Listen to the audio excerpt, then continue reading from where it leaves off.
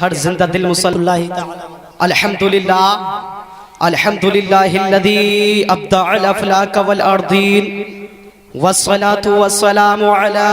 من کان نبیا وآدم بین الماء والطین وعلى آلہ وصحابہ اجمعین اما بعد فاعوذ باللہ من الشیطان الرجیم بسم اللہ الرحمن الرحیم لا اقسم بهذا البلد وانت حل بهذا البلد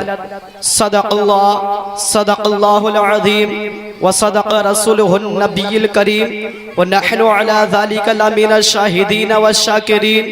والحمد للہ رب العالمین۔ آئیے حضرات محترم، ہم اور آپ سب سے پہلے اس رسول ہاشمی کی بارگاہ میں خراج عقیدت پیش کریں کہ جس کی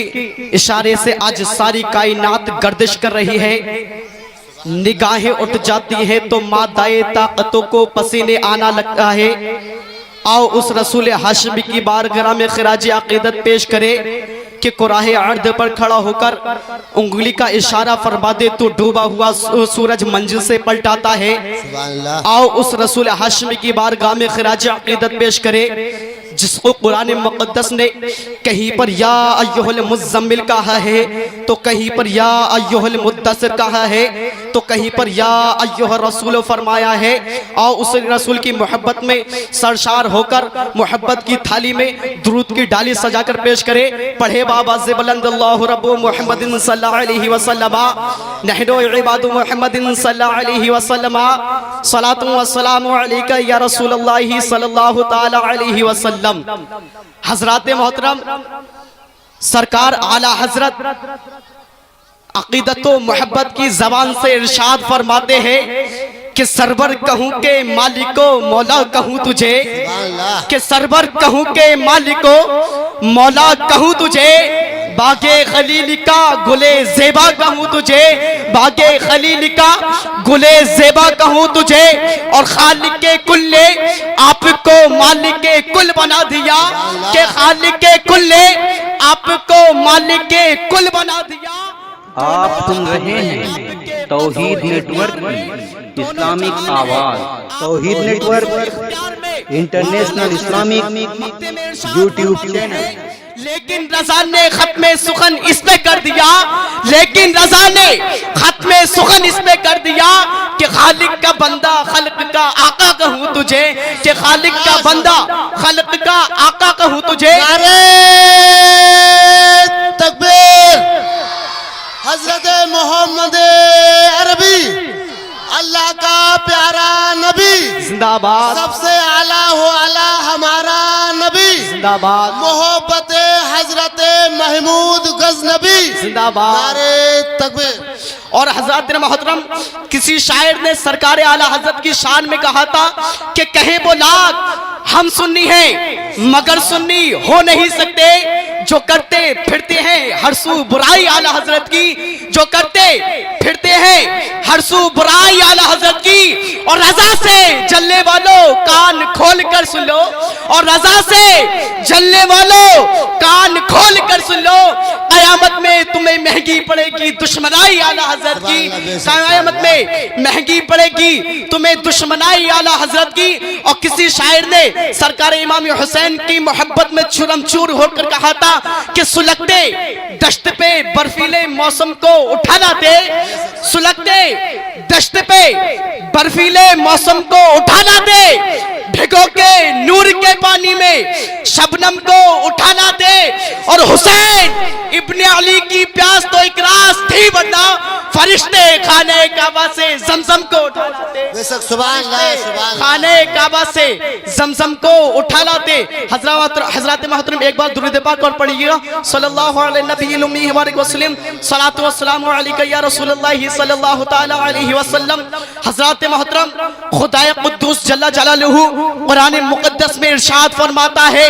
لا اقسم بهذا البلد وانت وانتا حلم بہذا البلد، سبحان اللہ، قسم مجھے اس شہر کی قسم ہے مسلمانوں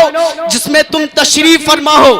شہر پروردگار عالم نے اس لیے فرمایا کہ مصطفیٰ جان رحمت صلی اللہ تعالی علیہ وسلم تشریف فرما ہے۔ اور اس آیت کریمہ سے ہمیں ایک بات یہ بھی معلوم ہو گئی کہ جس چیز کو سرکار سے نسبت ہو جائے وہ چیز لائق احترام ہو جاتی ہے، لائق تعریف ہو جاتی ہے۔ اور یہ صدقہ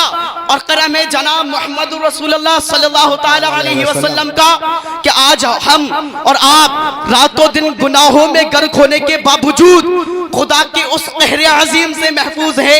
جو اگلی امتوں پر نازل ہوا تھا۔ اور یہاں تک کہ نہیں کہ بلکہ میدان محشر میں بھی ہم گناہگاروں کو انہی کی نسبت کام آئے گی اور خدا اور عذاب خدا بندی سے چھٹکارا مل جائے گا۔ لیکن ہمارا تو عقیدہ یہ کہتا ہے، ہمارا تو ایمان یہ کہتا ہے کہ جس چیز کو سرکار سے نسبت ہو جائے اس چیز کو جہنم کی آگ جلا نہیں سکتی۔ اور جو اجل سے نوری میں شرکت کرنے والوں، اور میں تمہیں تاریخ کے حوالے سے ایک واقعہ بتاؤں کہ حضرت عائشہ صدیقہ رضی اللہ تعالیٰ عنہ ارشاد فرماتی ہے، ایک بار نبی پاک صلی اللہ تعالیٰ علیہ وسلم نے مجھے اپنے جبے عطا فرمایا اور ارشاد فرمایا اے عائشہ تم اس چادر کو سکھا دو، اور ارشاد فرمایا اے عائشہ تم اس چادر کو سکھا دو۔ قسم خدا کی مسلمانوں، حضرت عائشہ فرماتی ہے میں نے اس چادر کو لے لیا اور گھر میں تندور چل رہا تھا تو میں نے سوچا کہ آگ کی تپش سے، آگ کی لپٹ سے چادر جلدی سوکھ جائے گی، تو میں چادر کو لے کر تندور کے پاس ٹھہری رہی، لیکن چادر سوکھنے کا نام نہیں لے رہی ہے۔ اتنے میں پیارے آقا صلی اللہ تعالی وسلم تشریف لاتے ہیں اور دریافت کرتے ہیں عائشہ کیا چادر کو سکھا دیا؟ قسم خدا کی مسلمانوں، حضرت عائشہ فرماتی ہے اے میرے شوہر نامدار، میرے ماں باپ آپ کے قدموں پہ قربان، میں چادر کو لے کر سائتن 1 یا 2 گھنٹے تک تندور کے پاس ٹھہری رہی، لیکن چادر سوکھنے کا نام نہیں لے رہی ہے۔ اتنے میں پیارے آقا ارشاد فرماتے ہیں اے عائشہ کیا تمہیں یہ بات معلوم نہیں ہے کہ جو کپڑا نبی کے بدن سے لگ جائے اس کپڑے کو دنیاوی کی آگ کی مجال کہ اس کپڑے کو جلا دے، اس کپڑے کو تو جہنم کی آگ بھی نہیں جلا سکتی۔ سبحان اللہ، سبحان اللہ۔ حضرات محترم، اب میں اپنی تقریر کو یہیں پر ختم کر رہا ہوں۔ خدا تعالیٰ کی بارگاہ میں دعا ہے کہ جو میرے بولنے میں جانے من جانے میں کوئی غلطی ہو گئی ہو اور حقیقت صلی اللہ علیہ وسلم کے صدقے میں معاف فرما کر اپنی بارگاہ میں قبول فرمائے۔ ایک بار کلمہ پاک کا ورد کر لیجئے، پڑھیے لا الہ الا اللہ محمد